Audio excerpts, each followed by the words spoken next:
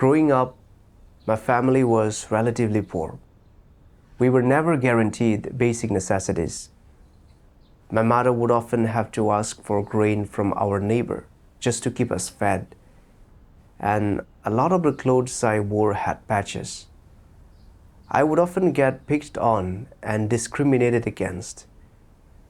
The other kids would say I came from poverty. I felt kinda wronged and thought I must have a bad fate to have not been born into wealth. In school, I studied hard, thinking, if I work hard now, I'll test into a university and be able to get a good job. Then, surely my luck will change and I'll live like an elite. I'd studied late into the night and I ended up ranking high in my class. I thought maybe this was my ticket to a better life. But during middle school, I was diagnosed with severe near-sightedness, as well as cataracts, lazy eye, and astigmatism. I was unable to look after myself and had to drop out of school. At the time, I was completely devastated, and I thought that my life was over, that my fate was set. In my heart, I complained about heaven's unjustness and thought I had a bad fate. Just like that, I became mired in depression. After accepting God's last day's work and seeing how our leader held gatherings in which he fellowshiped on truth to resolve issues, I became envious. I thought to myself, what a glorious thing it would be if I could become a deacon or leader someday and resolve brothers and sisters' issues and gain their respect and support.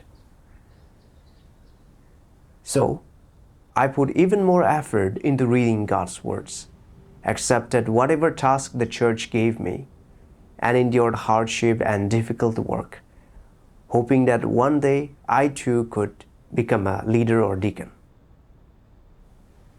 But after several years, I still hadn't been selected for any position. A sister that had accepted this stage of God's work with me was made leader soon after entering the faith.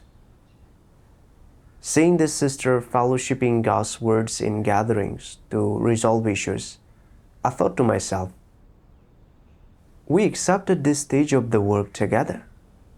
And not long after coming to God's house, she is already serving as a leader and has gained everyone's respect and support. As for me, no matter how hard I try, I still haven't become a leader. So, I guess I have a bad fate. Sometimes, when the suggestions I made weren't implemented, I would think to myself, well, I'll never become a leader anyways. I might as well just follow along in this small group. Be it in my career or God's house, I am destined to suffer, and I'll never distinguish myself in this life. After coming to this conclusion, I gradually became less enthusiastic about reading God's words and pursuing the truth. Later on, my leaders saw that I had some literary talent and had me fulfill a textual duty. I was indescribably happy, thinking I finally had a chance to distinguish myself. I worked around the clock and got some good results in my duty. Soon after that, I was promoted. I was just so happy and felt even more motivated in my duty. But then, I developed a problem in my cervical spine and it got worse, so I wasn't able to do my duty properly. I was forced to head back to my original church and just do what duties I could. I was really depressed. This cervical spine issue is difficult to cure and can relapse if I overtax myself. With that issue, it'll be really hard for me to distinguish myself. I'm fated to be unable to fulfill important duties. I just have a bad fate. Nothing comes easily. I must have been born under a bad sign, because I'm terribly unlucky. With this thought in my mind, I became negative and slacked off in my duty and even delimited myself, thinking my future prospects were grim. Later on, I came before God to reflect on myself. Why was it that I always felt that my fate was bad and lived in such agony? In my seeking, I came across a passage of God's words that gave me some insight on my state. One kind of person's emotion of depression may arise from their constant belief in their own terrible fate. Is this not one cause? It is. When they were young, they lived in the countryside or in a poor region. Their family was not prosperous and, apart from some simple furnishings, they had nothing of much value. They had perhaps 1 or 2 sets of clothing that they had to wear, even though they had some holes in them. And they could never ordinarily eat good quality food, but instead had to wait for New Year or holidays to eat meat. Sometimes they went hungry and hadn't enough to wear to stay warm, and having a big bowl full of meat to eat was a pipe dream, and even finding a piece of fruit to eat was difficult. Living in such an environment, they felt different from other people who lived in the big city, whose parents were of means, who could eat anything they wanted and wear anything they wanted, who got everything they wanted right then and there, and who were knowledgeable about things. They think they have such a good fate. Why is my fate so bad? They always want to stand out from the crowd and change their destiny. However, it is not so easy to change one's destiny. When one is born into such a situation, though they may try, how much can they change their fate? And how much better can they make it? After they become an adult, they are stopped by obstacles everywhere they go in society. They are bullied everywhere they go, and so they always feel so unfortunate. They think, why am I so unlucky? Why do I always meet mean people? Life was hard when I was a kid, and that's just how it was. Now that I'm grown, it's still so bad. I always want to show what I can do, but I never get a chance. If I never get a chance, then so be it. I just want to work hard and earn enough money to live a good life. Why can't I even do that? How can living a good life be so difficult? I don't have to live a life superior to everyone else. I want at least to live the life of a city dweller and not be looked down on by people and not be a second or third-rate citizen. At least when people would call out to me, they wouldn't shout, "Hey you, come here." At least they would call me by my name and address me respectfully. But I can't even enjoy being addressed respectfully. Why is my fate so cruel? When will it end? When such a person didn't believe in God, they considered it cruel. After they have begun to believe in God and to see that this is the true way, they then think, all that suffering before was worth it. It was all orchestrated and done by God, and God did well. If I hadn't suffered like that, I wouldn't have come to believe in God. Now that I believe in God, if I can accept the truth, then my destiny should change for the better.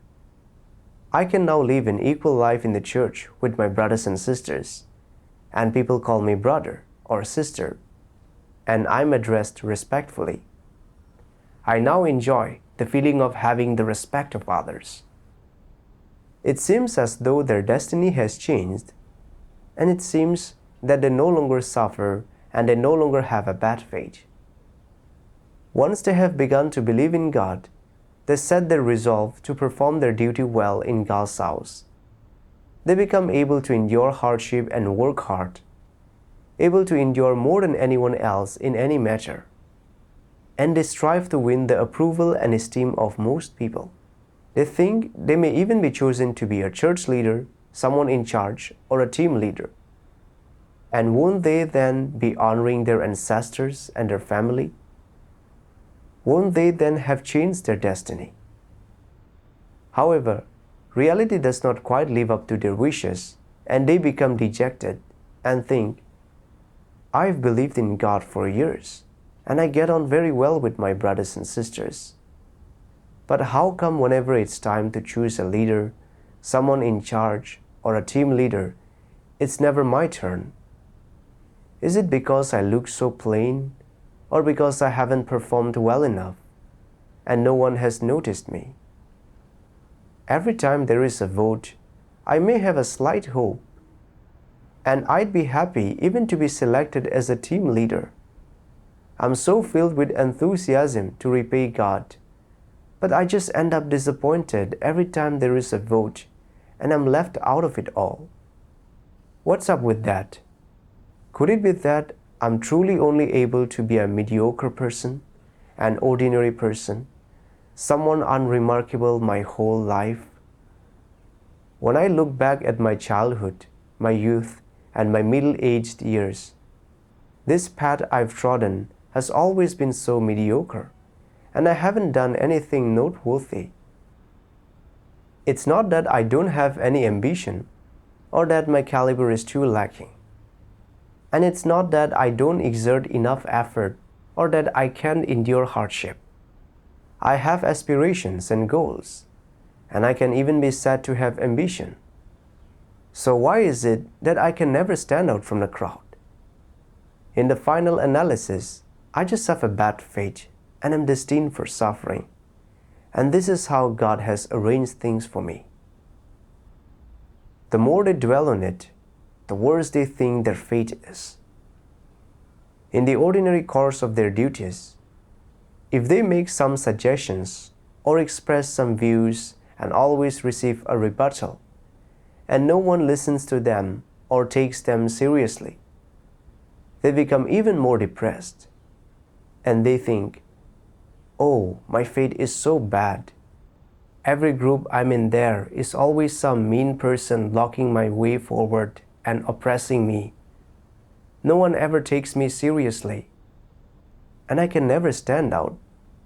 When all's said and done, it comes back to this: I just have a bad fate. No matter what happens to them, they always attribute it to them having a bad fate. They constantly put effort into this idea of having a bad fate. They strive to have a deeper understanding and appreciation of it, and as they turn it over in their minds, their emotions become ever more depressed. When they make a minor mistake in the performance of their duty, they think, oh, how can I do my duty well when I have such a bad fate? In gatherings, their brothers and sisters give fellowship and they think things over and over. But they don't understand and they think, oh, how can I understand things when I have such a bad fate? Whenever they see someone who speaks better than they do, who discusses their understanding in a clearer and more illuminated way than them, they feel even more depressed. When they see someone who can endure hardships and pay the price, who sees results in the performance of their duty, who receives the approval of their brothers and sisters and gets promoted, they feel unhappy in their heart. When they see someone become a leader or a worker, they feel even more depressed. And even when they see someone who sings and dances better than they do, and they feel inferior to that person, they get depressed. No matter what people, events, or things they encounter, or whatever situations they come across, they always respond to them with this emotion of depression. Even when they see someone wearing clothes that are a little nicer than theirs, or whose hairstyle is a little better, they always feel sad, and jealousy and envy arise in their heart until finally they go back to that depressed emotion. What are the reasons they come up with? They think, oh, isn't this because my fate is bad? If I was a little better looking, if I was as dignified as they are, if I was tall with a nice figure, with good clothes and lots of money, with good parents, then wouldn't things be different from how they are now? Wouldn't people then regard me highly and be envious and jealous of me? At the end of the day, my fate is bad and I can't blame anyone else for it. With such a bad fate, nothing goes right for me, and I can't walk anywhere without falling over something. It's just my bad fate, and there's nothing I can do about it. Similarly, when they are pruned and dealt with, or when brothers and sisters reproach or criticize them, or make suggestions to them, they respond to it with their emotion of depression. Anyhow, whether it is something happening to them or everything around them, they always respond with the various negative thoughts, views, attitudes, and standpoints that arise from their emotion of depression. God's words reveal my situation perfectly. In the past, I thought that living the life of an elite and gaining the respect and support of others meant one had a good fate. While being from a poor family, living a lowly, destitute life, and being disrespected by others meant one had a bad fate. I grew up in poverty, and basic necessities were never guaranteed. I wasn't regarded highly by others, and was discriminated against and belittled. So I often thought that I had a bad fate. Having come from this background, I resolved to study hard, to change my fate, and live the life of an elite. But then, during middle school, I was diagnosed with severe near-sightedness and was forced to discontinue my schooling. So I thought that I had no hope of realizing my dreams and felt very disappointed. After joining the faith, I was not satisfied with being just a normal believer, and I sought to become a leader or worker. I thought that by attaining status, I would gain everyone's respect and support, and that having status and reputation meant I had a good fate. I worked hard and sought to achieve my goal, but I still hadn't become a leader or worker after a few years. When a sister who accepted this stage of work with me quickly became a leader, I was even more convinced I had a bad fate.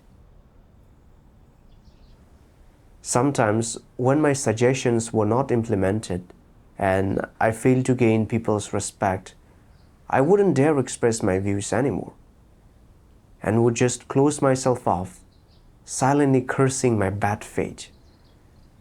Later, when I was promoted in fulfilling a textual duty, I felt really happy. But then, I developed a problem in my cervical spine that affected my ability to do my duty, and was forced to return to my original church and just do what duties I could. I felt so down on my luck, and that ultimately I just had a bad fate. I thought I'd never have a chance to distinguish myself again, that I would never be promoted or given a big role, and would never be supported and respected by others. So I became depressed and wasn't meticulous in my duty, just going through the motions and getting through the day. I saw that I just sought status and the support and respect of others in all aspects. When things didn't go as I desired, I would complain I had a bad fate, lose enthusiasm for my duty, stop actively sharing my view in gatherings, fail to accept the situations I faced from God, and reflect on myself. As a result, my life entry ground to a halt. Wasn't my negative state a kind of silent protest against God? In all my years of faith, I always said that everything that happens every day is a result of God's orchestrations and arrangements. But when things didn't go my way, I didn't submit and didn't trust God's sovereignty. Were these not the views of a non-believer? Later on, I kept seeking. Why did I constantly feel that my fate was bad? What was wrong with my view? Then, I came across two passages of God's words. God's arrangement of what a person's fate shall be, whether it be good or bad, is not to be viewed or measured with the eyes of man or the eyes of a fortune teller. Nor is it to be measured according to how much wealth and glory that person enjoys in their lifetime, or how much suffering they experience, or how successful they are in their pursuit of prospects, fame, and fortune. Yet this is precisely the serious mistake made by those who say they have a bad fate, as well as a way of measuring one's fate used by the majority of people. How do most people measure their own fate? How do worldly people measure whether a person's fate is good or bad? Primarily, they base it on whether that person's life goes smoothly or not, whether they can enjoy wealth and glory or not, whether they can live a lifestyle superior to others, how much they suffer and how much they have to enjoy during their lifetime, how long they live for, what career they have, whether their life is full of toil or comfortable and easy. These things and more they use to measure whether a person's fate is good or bad. Don't you measure it like this too? So, when most of you encounter something not to your liking, when times are hard, or you aren't able to enjoy a superior lifestyle, you will think you have a bad fate too, and you will sink into depression. God long ago predestined people's fates, and they are immutable. This good fate and bad fate differ from person to person, and they depend on the environment, on how people feel and what they pursue. That is why one's fate is neither good nor bad. You may live a very hard life, but you might think, I'm not looking to live a high-end life. I'm just happy with having enough to eat and enough clothes to wear. Everyone suffers during their lifetime. Worldly people say, you can't see a rainbow unless it's raining, so there is value in suffering. This isn't so bad, and my fate isn't bad. Heaven above has given me some pain, some trials and tribulations. That's because He thinks highly of me. This is a good fate. Some people think that suffering is a bad thing, that it means they have a bad fate, and only a life of no suffering, of comfort and ease, means they have a good fate. Unbelievers call this a matter of opinion.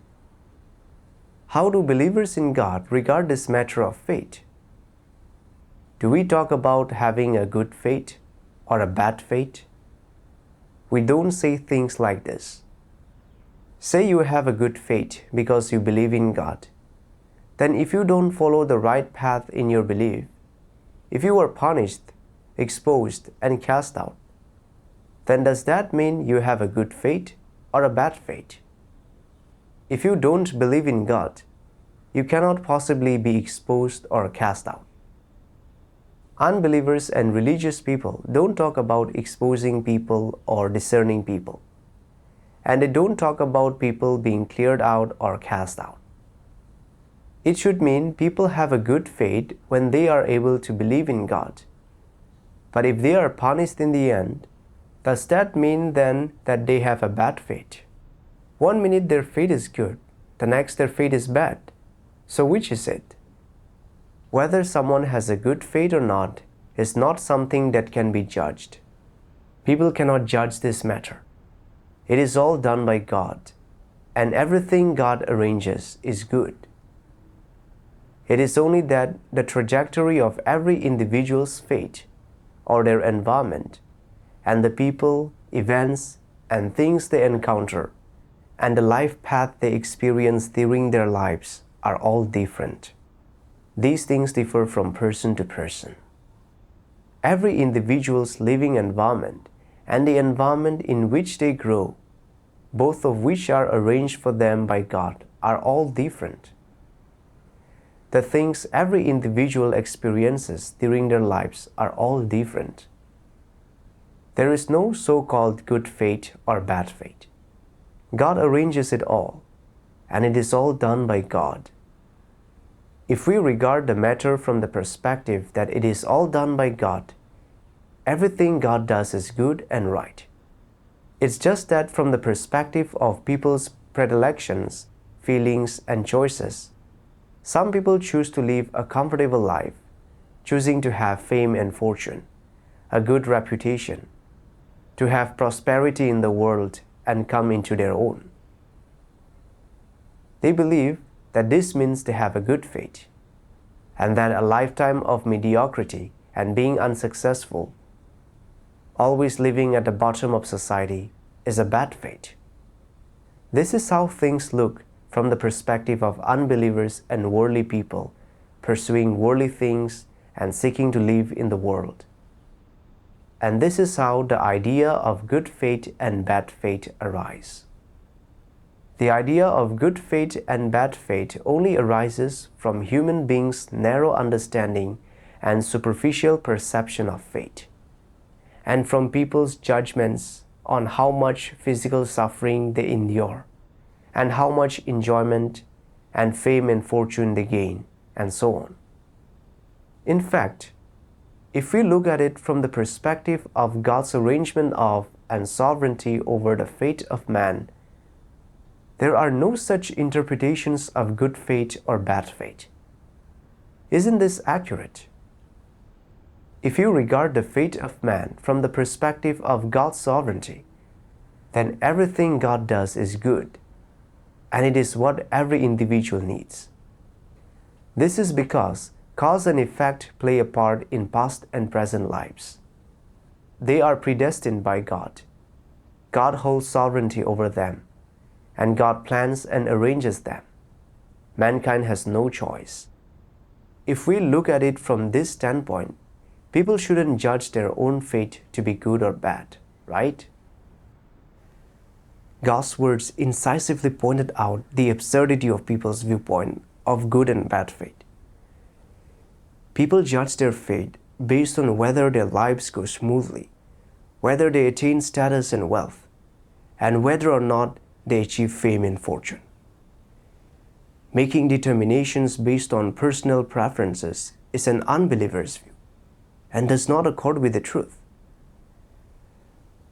With God, there is no such thing as a good or bad fate.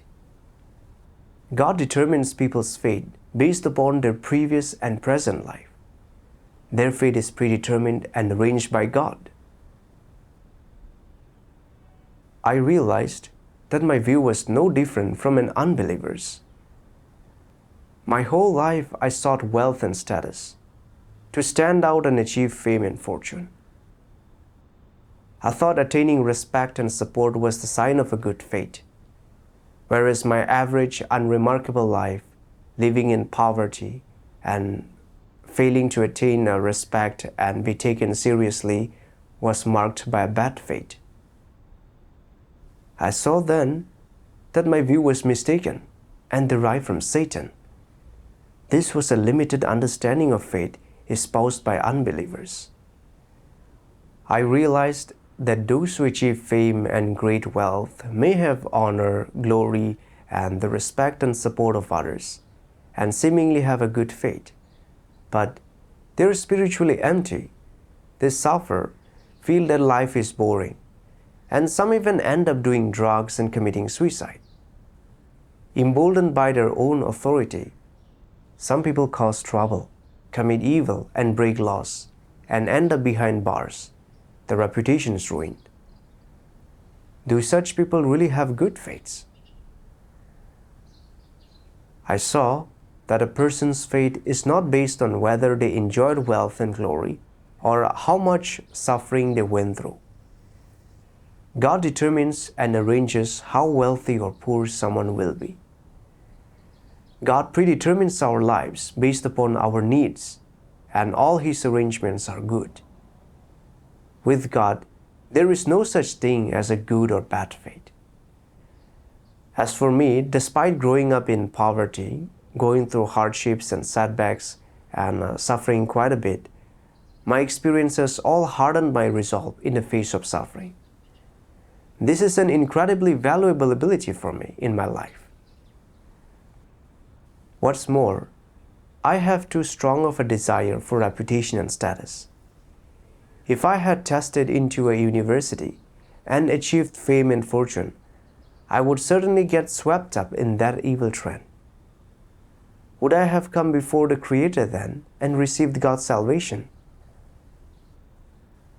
God also predetermined that I would not be selected as a leader. I had some ability to comprehend God's words and was able to identify certain issues in my brothers and sisters. But I was not that competent and couldn't handle larger workloads. Leaders have to handle a lot of work, and if issues aren't handled well, it will be detrimental to the church's work. I now fulfill the duties that I'm able to do. This is beneficial to me and the church's work. I have seen the earnest intentions behind the situation God has orchestrated for me. I used to live by these absurd views, desiring to live the life of an elite. Whenever things didn't go my way and live up to my desires, I would complain about my bad fate, become mired in depression, and rebel against God. As a believer, I didn't go by God's words, instead adhering to the mistaken views of unbelievers. I was rebelling and resisting against God. Realizing this, I felt a bit horrified at what I'd done, so I came before God in prayer. "O God, I do not understand the truth and have not submitted to your sovereignty and arrangements. I am truly arrogant and unreasonable. I am willing to rectify my absurd views, submit to your sovereignty and arrangements, and no longer resist you." Later on, I came across another two passages of God's words that gave me some understanding of the harmful consequences of negative emotions. God's words say, "Though these people who think they have a bad fate believe in God and are able to relinquish things, expand themselves and follow God, yet they are likewise unable to perform their duty in God's house in a free, liberated, and relaxed way." Why can't they do this? It is because within them they harbor a number of extreme and abnormal thoughts and views, which cause extreme emotions to arise in them. These extreme emotions cause the way they judge things, the way they think, and their views on things to come from an extreme, incorrect, and fallacious standpoint. They regard issues and people from this extreme and incorrect standpoint, thereby repeatedly living, viewing people and things, and comporting themselves and acting under the effect and influence of this negative emotion. In the end, no matter how they live, they seem so tired that they aren't able to muster up any enthusiasm for their belief in God and pursuit of the truth. Regardless of how they choose to live their life, they cannot positively or actively perform their duty. And despite having believed in God for many years, yet they never focus on performing their duty with all their heart and soul, or performing their duty satisfactorily, much less do they pursue the truth, of course, or practice in accordance with the truth principles. Why is this? In the final analysis, it's because they always think they have a bad fate, and this leads them to have a profoundly depressed emotion.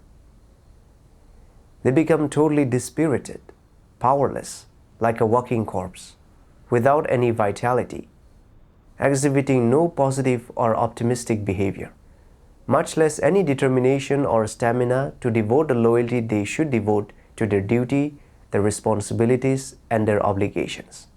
Rather, they struggle reluctantly from day to day with a slipshod attitude, aimlessly and muddle-headedly, even unconsciously getting through the days. They have no idea how long they will muddle along for. In the end, they have no recourse but to admonish themselves, saying, "Oh, I'll just keep muddling along as I can. If one day I can't go on anymore and the church wants to expel me and cast me out, then they should just cast me out. It's because I have a bad fate." You see, even what they say is so defeated. This emotion of depression isn't just a simple mood, but more importantly, it has a devastating impact on people's thoughts, hearts, and on their pursuit. If you cannot turn your emotion of depression around in a timely and speedy manner, it will not only affect your whole life, it will also destroy your life and carry you to your death. Even if you do believe in God, you won't be able to gain the truth and attain salvation, and in the end, you will perish. This kind of depression is not a simple or momentary rebelliousness, nor is it the temporary outpouring of a corrupt disposition, much less the outpouring of a corrupt state. Rather, it is a silent resistance to God and a dissatisfied silent resistance to the fate arranged for them by God. Though it may be a simple negative emotion, the consequences it brings to people are more serious than those brought by a corrupt disposition. Not only does it prevent you from adopting a positive, correct attitude to the duty you ought to perform and to your own daily life and life journey, but more seriously, it can also cause you to perish from depression. Through God's words, I saw that if someone thinks they have a bad fate, when they believe in God, fulfill their duty, and treat people or things they encounter with this mistaken and extreme view, they're liable to descend into negativity and depression, become muddle-headed in their duties, going through the motions, tuning out, and lacking the desire to advance. Becoming mired in depression can lead to a downward spiral, ultimately resulting in destroying any chance at salvation. I saw that if I didn't abandon this view, the consequences would be extremely dire. I thought of how I lived with this idea of having a bad fate. When I had to discontinue my studies due to my eye problems, my dreams of seeking fame and fortune were shattered, and I wouldn't be able to live the respectable life of a wealthy person. And so, I suffered greatly and lost hope for life. After I became a believer and fulfilled my duty, I still sought high status. And when I wasn't promoted and wasn't selected as a leader, I didn't reflect on my deficiencies, didn't come to know myself.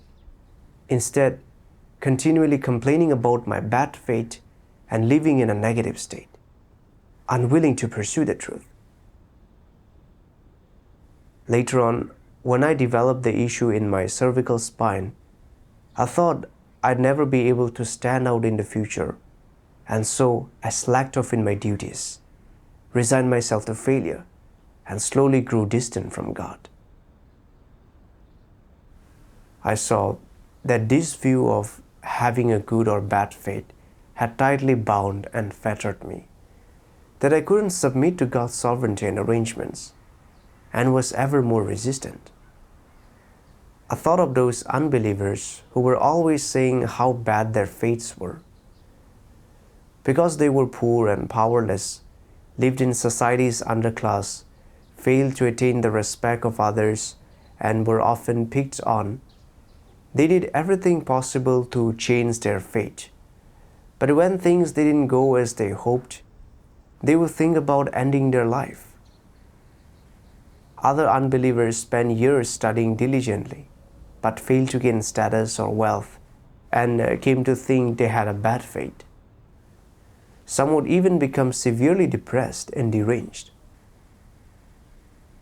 I saw that when people do not understand the truth and live by absurd views, they do not treat themselves properly and do not view people, events, and things correctly, ultimately leading them to sink into depression. These viewpoints are derived from Satan. Satan uses these absurd views to deceive and harm people, causing them to become depressed, degenerate, to not pursue the truth, and ultimately to be cast out. Having understood all that, I realized I could no longer see things by this view of there being good and bad fates. If I continued in that way, I'd do myself in. So I came before God in prayer. Oh God, every situation you orchestrate is done with earnest intentions, and I will submit to them. I will resolve my corruption while doing my duty, and will perform my duty with a positive attitude. In my seeking, I came across this passage of God's words. What attitude should people have toward fate? You should comply with the Creator's arrangements, actively and strenuously seek the Creator's purpose and meaning in His arrangement of all these things and achieve understanding of the truth. Bring into play your greatest functions in this life God has arranged for you.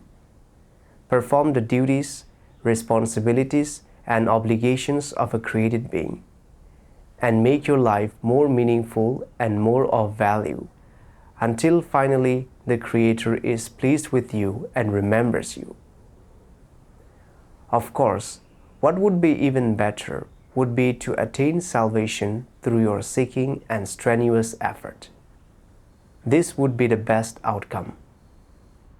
In any case, with regard to fate, the most appropriate attitude created mankind should have is not one of wanton judgment and circumscription, or using extreme methods to deal with it. Of course, much less should people try to resist, choose, or change their fate. But rather, they should use their heart to appreciate it and seek, explore, and comply with it before facing it positively. Finally, in the living environment and on the journey set for you in life by God, you should seek the way of conduct God teaches you, seek the path God requires you to take, and experience the fate God has arranged for you in this way. And in the end, you will be blessed. When you experience the fate the Creator has arranged for you in this way, what you come to appreciate is not only sorrow, sadness, tears, pain, frustration, and failure, but more importantly, you will experience joy, peace, and comfort, as well as the enlightenment and illumination of the truth which God bestows on you. What's more, when you become lost along your path through life, when you are faced with frustration and failure, and you have a choice to make, you will experience the Creator's guidance, and in the end, you will attain the understanding, experience, and appreciation of how to live the most meaningful life. Through God's words, I comprehended His will and saw how kind is God's heart. Even though we will face hardships and disappointments in our lives, that does not mean we should try to resist or change our fate. Rather, we must submit to what God has predetermined, learn from the people, events, and things God orchestrates for us, and gain the truth. Only then will we find true peace and comfort.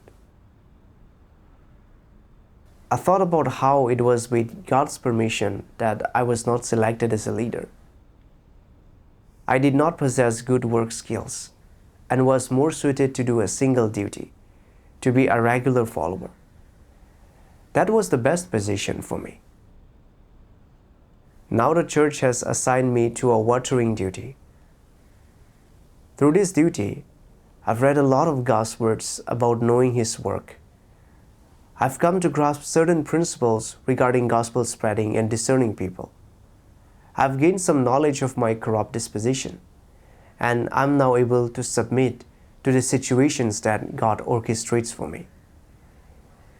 These are all real benefits and are the most precious of all riches. Now I realize that our entire lives are arranged and predetermined by God. Only by submitting, pursuing, and gaining the truth in all kinds of situations, achieving dispositional transformation, and attaining God's salvation can we truly have a good fate.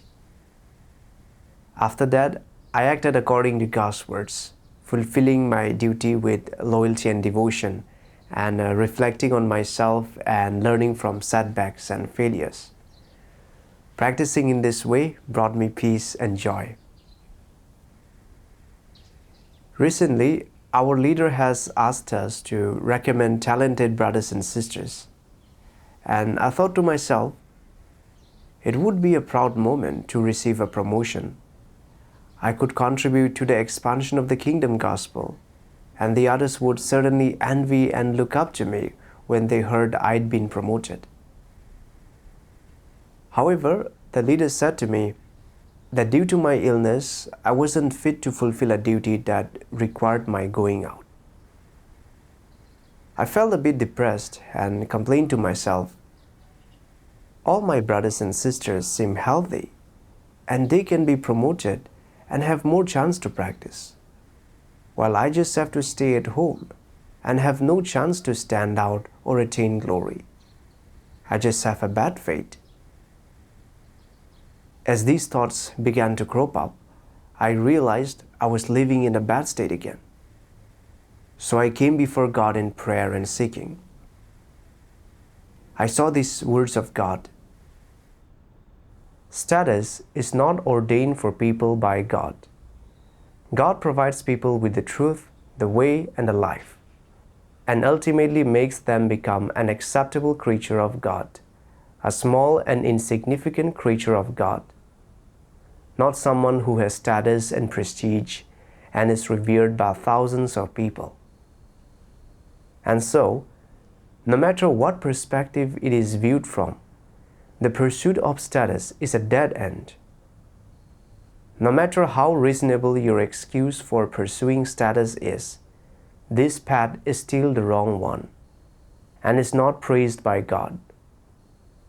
No matter how hard you try or how great the price you pay, if you desire status, God will not give it to you. If it's not given by God, you will fail in fighting to obtain it. And if you keep fighting, there will only be one outcome. You will be exposed and cast out, which is a dead end. You understand this, yes?